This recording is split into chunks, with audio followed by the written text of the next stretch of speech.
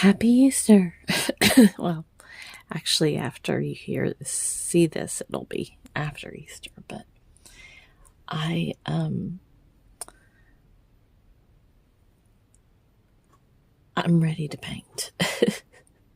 Ready to paint. So I'm Lynn Browder, and I have a son, Owen, who is 14 and has autism. We paint together, working on his fine motor skills. He helps me paint the backgrounds of our paintings, and then I paint the rest. So today's one of those days that I feel like laughing and crying and laughing and crying, and I'm emotional and I'm not, and I'm emotional and I'm not. I feel like I feel like some days we're making a ton of progress, and then I feel like some days every single thing that we do is so hard. And today is one of those days that I feel like we made a ton of progress, and every single thing we did was hard. And, I get emotional because, I want sometimes those moments where it's not hard for him to do something that I'm enjoying or want to do. And that doesn't happen a lot of times. Like, those moments are definitely harder on him than they are, like, for me to just give in to not wanting something. Like wanting a picture of him with me on Easter with our bunny ears. It was just too hard. It's too hard.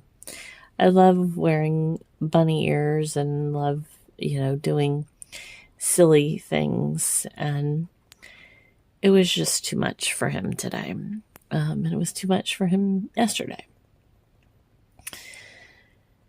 And that's too hard for me today. Because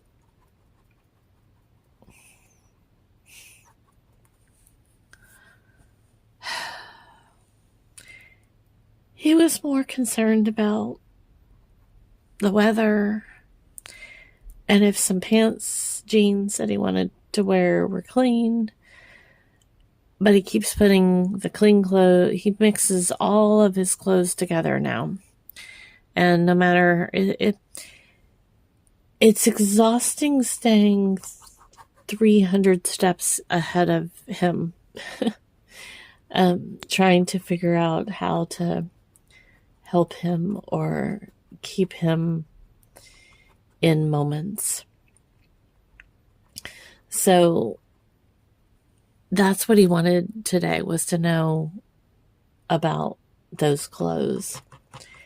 And there was no real distraction or points of interest for those moments. And it's just, some days it's just hard. It's just hard. So I sit and I reflect and I think, and I look at the progress, and I know he's made incredible progress. And quite honestly, I've made incredible progress. And that's one of the hardest things for me to deal with, say, admit, think about, is the fact that as much progress as he's had to make, I have to make a lot of progress too.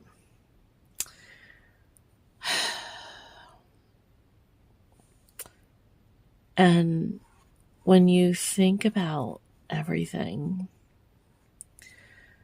some days are just hard.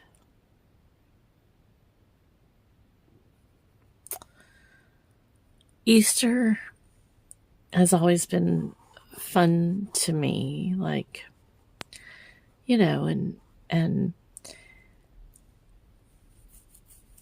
hiding the Easter eggs and everything. And he kept asking if there was going to be Easter eggs at church, and he didn't want to go. He completely didn't want to go when they had the Easter egg hunt. He had woke up in the morning and he was so excited about it. And then he got off the bus because it was on a Wednesday. Owen not going, Owen not going, Owen not going. And that's hard, because you can't technically, make him go do things, because it doesn't work like that. No one gets to have fun at that point, because it's just too hard. And he wanted to know why we weren't doing that today at church. And so it's just emotional thinking, he has such a hard time figuring out timing of things. And there was some reason he decided he didn't want to go that day that was supposed to be the Easter egg hunt. So, I go back and forth with how to handle it. And, he's not quite as big as me yet, but he's very close to it. He's always been small for his age. And he's all but my size. So I can't carry him anymore. I can't, walk with him to get him to do something. It's just, that's not what happens. So again, and then even if I could make him go, if I could carry him, that benefits, like I said, nobody, because he's not going to have fun. And I don't want that to be how I handle things with him. I don't want that to be the emotional set that, because that defeats the fun purpose. That defeats the knowing that he gets to do fun things if somebody's making him do something. We all gotta do things we don't want to do. But when it's something that's supposed to be for him,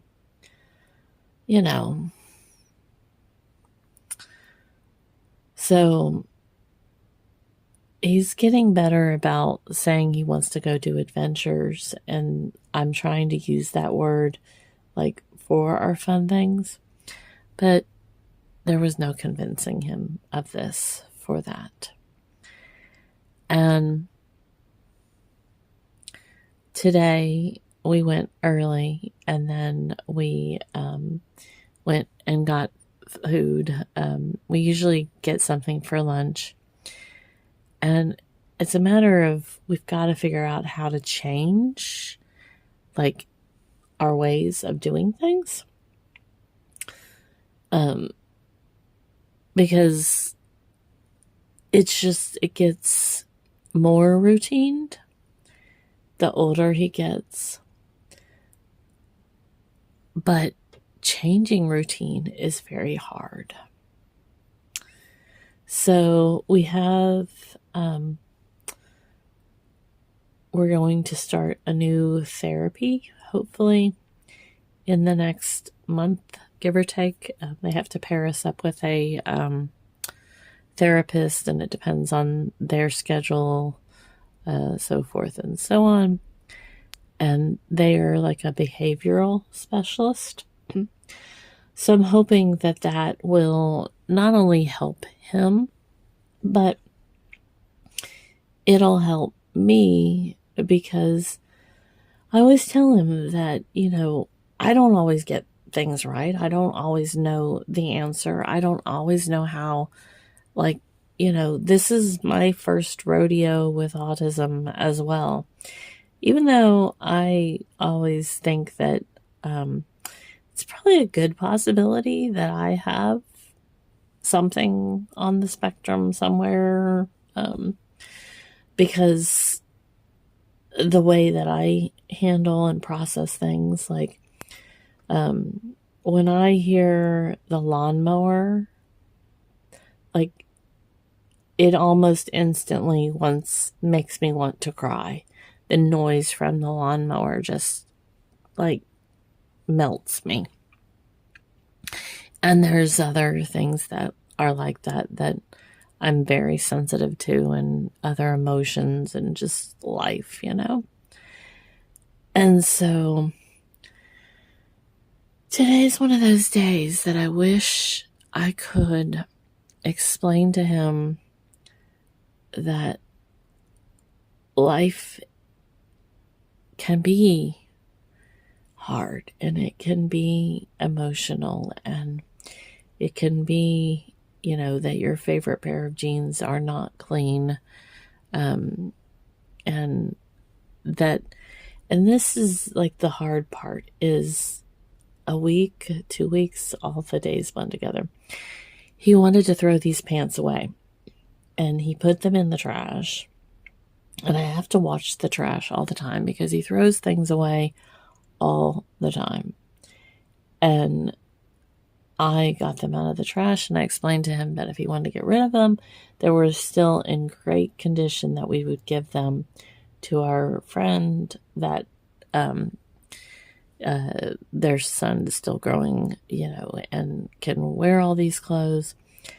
And he ended up he's worn them multiple times since they were in the trash. And he asked me, to clean them every day so he could wear them every day. And I'm like, well, we're not doing that.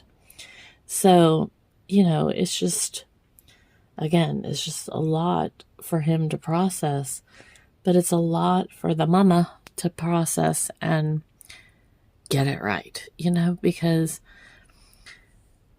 with Owen, if you answer too many times, then that's the norm. If you don't answer too many times, that's the norm, and that becomes the norm of a different moment. And I know that was saying basically the same thing in opposite order, and that's what it is like. And it's hard, because he will have a meltdown if you do not answer the correct way that he's wanting you to answer. And that's what we have to work on and work through and figure out and move forward with, and all of that.